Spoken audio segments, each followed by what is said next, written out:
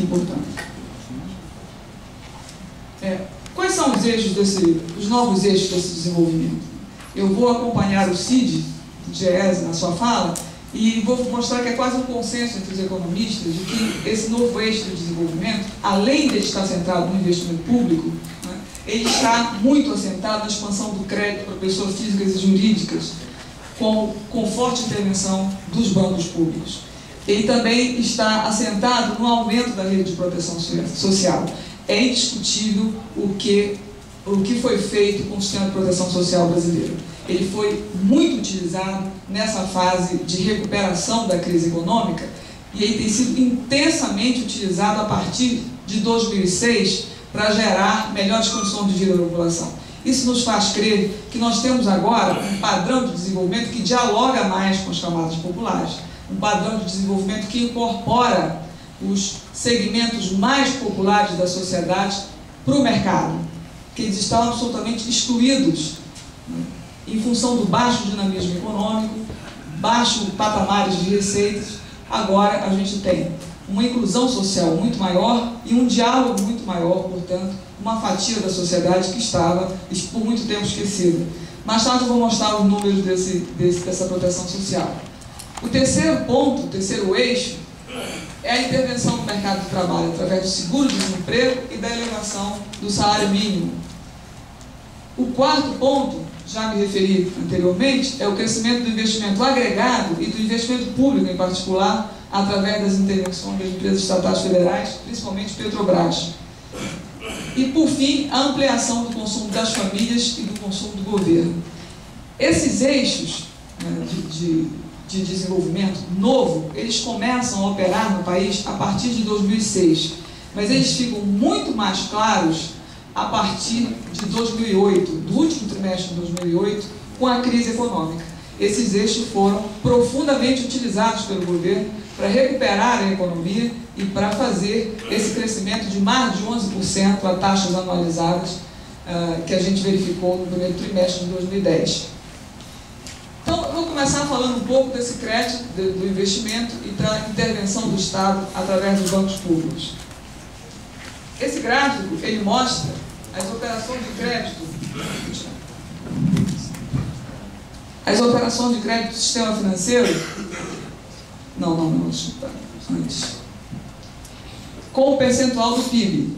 É uma curva cuja inclinação é o reflexo do que foi a política de crédito desse governo. Em 2003, o total das operações de crédito em relação ao PIB representava 23%. Agora, esse valor de abril de 2010 representa 45,2% do PIB. Então, passar de 23 em 2003 para 45,2% é um salto muito grande. E não é, portanto, um exagero dizer que um dos pilares do novo desenvolvimento econômico é exatamente a expansão do crédito. E expansão do crédito, incluindo o crédito dirigido. Aqui, essa linha azul é o percentual do crédito total sobre o PIB. E aqui embaixo é o crédito dirigido, quer dizer, o crédito operado pelos bancos públicos. Dá para perceber que a partir da crise de 2008, o crédito dirigido vai ser utilizado para alavancar as indústrias que foram profundamente atingidas em função da crise financeira internacional. O setor que mais foi atingido foi a indústria no nosso país. Diferentemente do que aconteceu na Europa e nos Estados Unidos, em que a crise foi particularmente uma crise do setor bancário, o nosso setor bancário ele ficou absolutamente saudável durante a crise, até porque os seus ativos estavam aplicados em títulos do governo, remunerados a taxas de juros muito altas. Então, ele não foi atingido por essa crise. O que foi atingido foi a indústria. Então, uma forma do governo reativar a economia era exatamente utilizar os seus bancos públicos através do crédito dirigido. Essa curva muda a sua inclinação.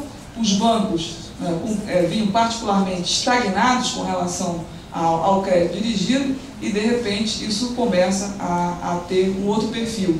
Os bancos públicos, antes de 2003, até muito recentemente, até 2005, eles disputavam as notícias de rentabilidade com os bancos privados. A rentabilidade do Itaú era comparada à rentabilidade do Banco do Brasil. Então, hoje, isso muda completamente. é uma forma de se posicionar diante da crise completamente diferente de períodos de crise anteriores. Em crises anteriores, o que acontecia?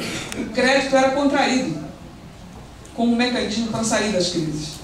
A contração do crédito, a redução do gasto público, particularmente do gasto com investimento, era o perfil de reação do nosso país para todas as crises. E agora há uma estratégia muito diferente dessa, de utilizar os bancos públicos como fornecedores de crédito da economia.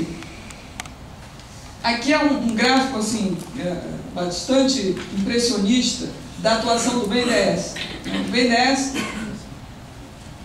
alavanca os seus desembolsos, e particularmente em 2008 e 2009, os anos de crise econômica.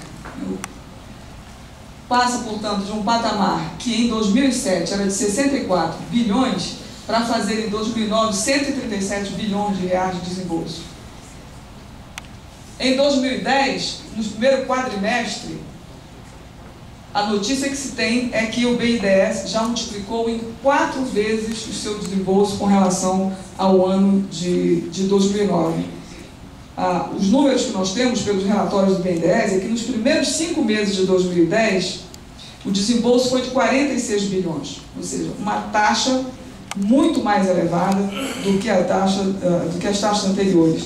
Nos últimos 12 meses, a contar do final de maio,